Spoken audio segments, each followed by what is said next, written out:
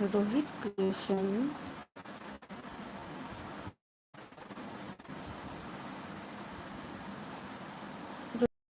Rohit creation ꯅꯠꯇꯦ ꯔꯣꯖꯤꯠ ꯂꯣ ꯀꯅꯥꯅꯣ ꯀꯩꯅꯣ first comment and like thank U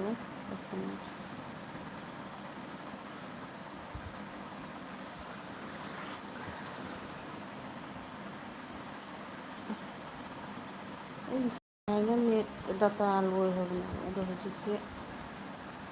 ꯑꯗꯨꯝ ꯀꯣꯠꯂꯒ ꯌꯦꯡꯕ ꯌꯥꯕ꯭ꯔꯥꯅ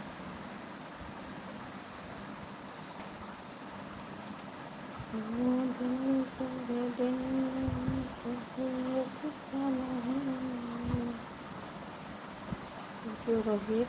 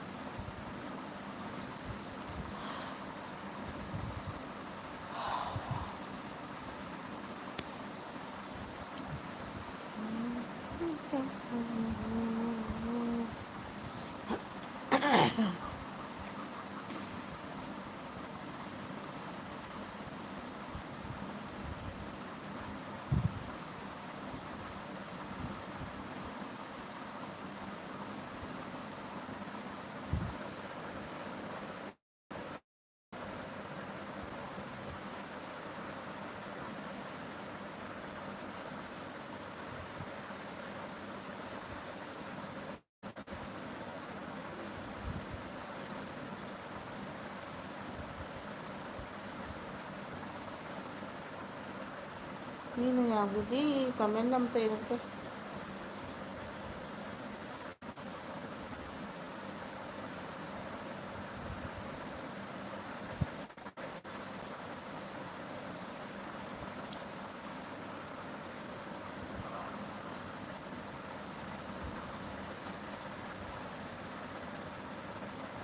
India how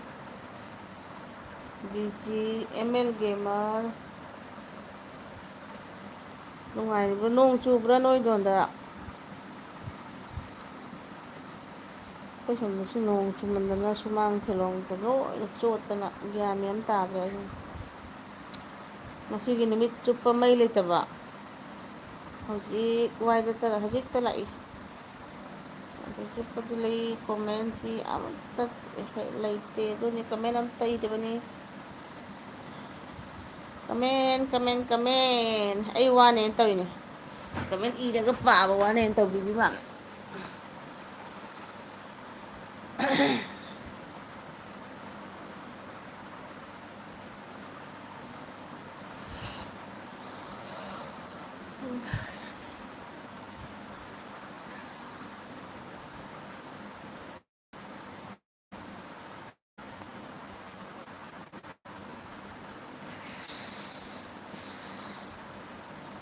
busy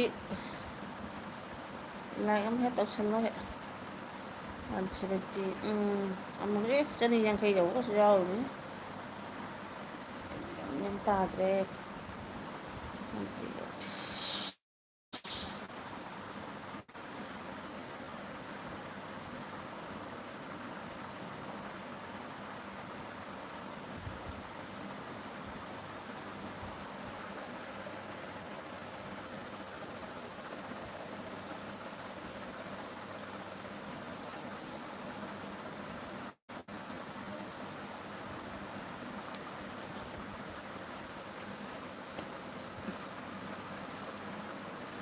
Thank you everyone.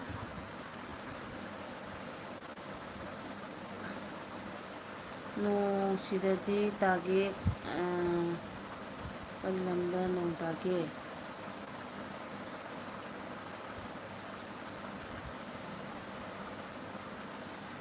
ꯅꯣꯡ ꯌꯥꯝ ꯇꯥꯏꯌꯦ ꯃꯅꯤꯄꯨꯔꯗꯁꯨ ꯅꯣꯡ ꯇꯥꯕꯅꯤ ꯑꯗꯨꯗꯤ ꯁꯣꯝ ꯀꯁꯥꯔꯗꯁꯨ ꯑꯩꯈꯣꯏ ꯁꯣꯝ ꯀꯁꯥꯔꯗꯁꯨ ꯅꯣꯡ ꯇꯥꯏ꯫ ꯇꯥꯗꯤꯌꯦ ꯅꯪ ꯕꯦꯖꯤ ꯑꯦꯝ ꯑꯦꯜ ꯒꯦꯃꯔꯁꯦ ꯀꯔꯤ ꯂꯝꯒꯤꯅꯣ? ꯅꯣꯡ ꯇꯥꯗꯦ ꯍꯥꯏꯁꯦ ꯍꯧꯖꯤꯛ ꯍꯧꯖꯤꯛꯄꯨꯗꯤ ꯇꯥꯗꯦꯀꯣ ꯉꯁꯥꯏ ꯑꯩꯈꯣꯏꯒꯤ ꯅꯣꯡ ꯍꯣꯏ ꯉꯔꯥꯡ ꯅꯨꯡꯗꯥꯡꯒꯨꯝꯕ ꯇꯥꯔꯝꯕꯒꯤ ꯑꯣꯏꯔ ꯃꯥꯜꯂꯦꯀꯣ ꯂꯣꯏꯅ ꯑꯗꯩ ꯅꯣꯡꯁꯨ ꯒ꯭ꯔꯣꯡ ꯒ꯭ꯔꯣꯡ ꯈꯣꯡꯕꯅꯤ ꯌꯥꯝꯅ꯫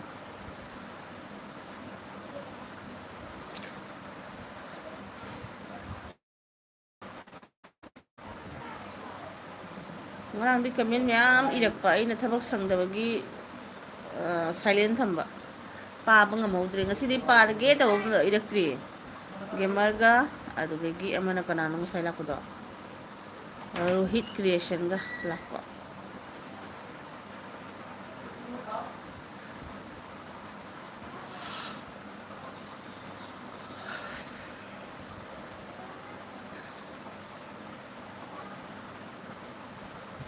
ꯉꯁꯥꯏ ꯅꯨꯡꯊꯤꯜꯕꯨꯗꯤ ꯉꯥꯛꯇꯪ ꯇꯥꯔꯝꯃꯤ ꯉꯥꯛꯇꯪ ꯅꯪ ꯀꯁꯥꯔꯒꯤꯔꯣ ꯀꯁꯥꯔꯒꯤ ꯑꯣꯏꯔꯝꯗꯧ ꯃꯥꯜꯂꯤ ꯉꯥꯛꯇꯪ ꯍꯥꯏꯁꯤꯅꯗꯤ ꯑꯩꯈꯣꯏ ꯁꯣꯝꯒꯤ ꯂꯣꯟ ꯃꯥꯟꯅꯩꯌꯦꯕ꯫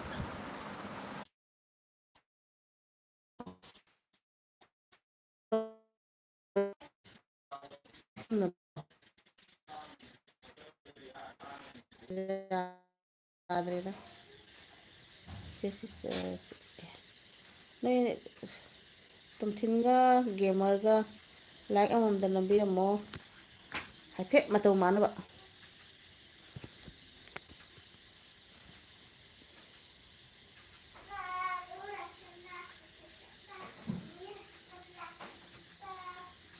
ꯁꯅꯥꯅꯨ ꯂꯥꯡꯒꯅꯣ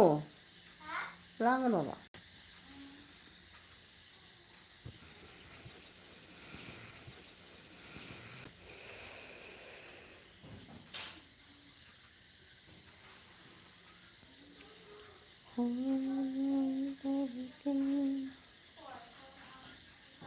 ꯑꯁ ꯉꯁꯤ ꯃꯩ ꯂꯥꯛꯇꯦꯗꯅ ꯅꯨꯃꯤꯠ ꯆꯨꯞꯄꯁꯦ ꯃꯩ ꯂꯥꯛꯇꯕꯒꯤ ꯐꯣꯟ ꯂꯥꯡ ꯑꯁꯤ ꯂꯣꯏ ꯃꯨꯠꯂꯨꯔꯕ꯫ ꯁꯟꯗꯥꯗ ꯆꯥꯛ ꯊꯣꯡꯕꯅꯤꯅ ꯀꯦꯟꯗꯜ ꯊꯥꯜꯂꯒ ꯊꯣꯡꯉꯦ ꯍꯥꯏꯗꯤ ꯃꯩ ꯏꯟꯚꯔꯇꯔꯗꯤ ꯂꯩꯗꯤ ꯂꯩꯕ ꯑꯗꯨꯒ ꯍꯣꯔꯦꯟ ꯆꯥꯛ ꯆꯥꯕ ꯈꯣꯠꯄ ꯑꯃ ꯑꯃ ꯇꯧꯕꯗ ꯃꯩ ꯑꯃꯇ ꯐꯪꯉꯔꯣꯏꯗ꯭ꯔꯥꯅ ꯄꯥꯝꯃꯨꯔꯒ ꯀꯦꯟꯗꯜ ꯊꯥꯜꯂꯒ ꯆꯥꯛ ꯊꯣꯡꯉꯦ꯫ ꯑꯇꯩ ꯀꯅꯥ ꯀꯅꯥ ꯂꯩꯒꯦ?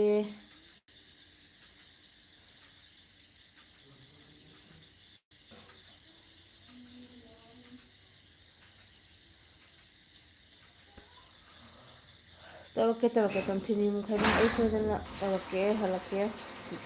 ꯇꯧꯔꯝꯃꯒꯗꯤ꯫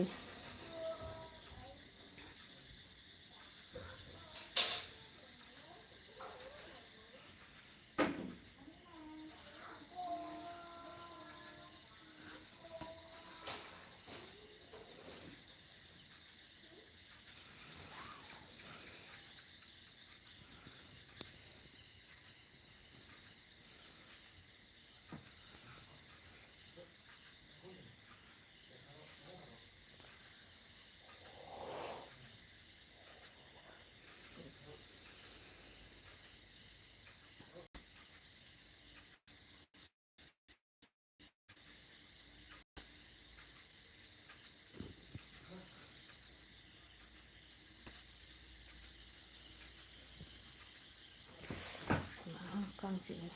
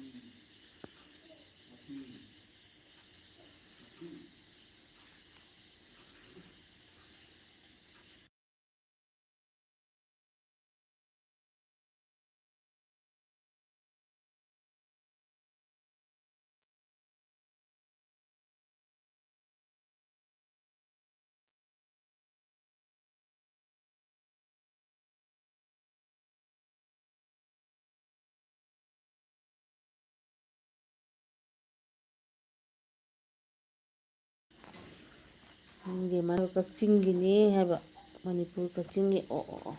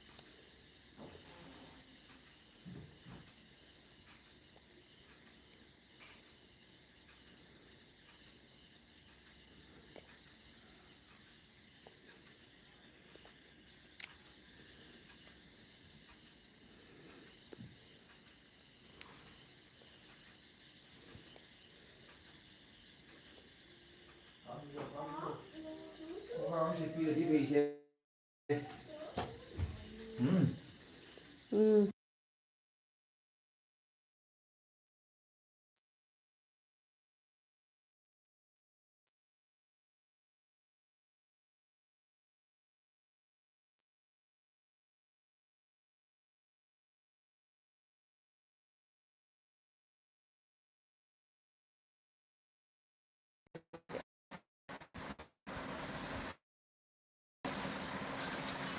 ꯇꯞꯍꯜꯂꯣ ꯐꯣꯟꯗꯣ ꯇꯞꯍꯜꯂꯣ